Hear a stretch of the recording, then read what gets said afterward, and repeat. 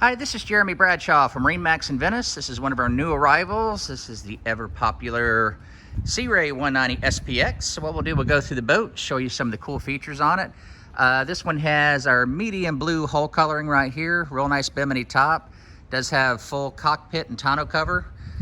We've got our PRO XS right here, 115 4-stroke. The 190 SPX is going to be our entry-level boat by Sea Ray, but it's a lot of boat for the money. It gives you a very nice ride to it. Of course, excellent quality, good construction with materials and things along that line. So as far as features, we do have a ski pylon in the back, very comfortable seating all the way around. We've got our sea deck back here, and then removable carpeting inside here. Nice deep area in the bow, makes it a little bit safer for your front passengers. Grab handles on both sides. Very comfortable captain's chair.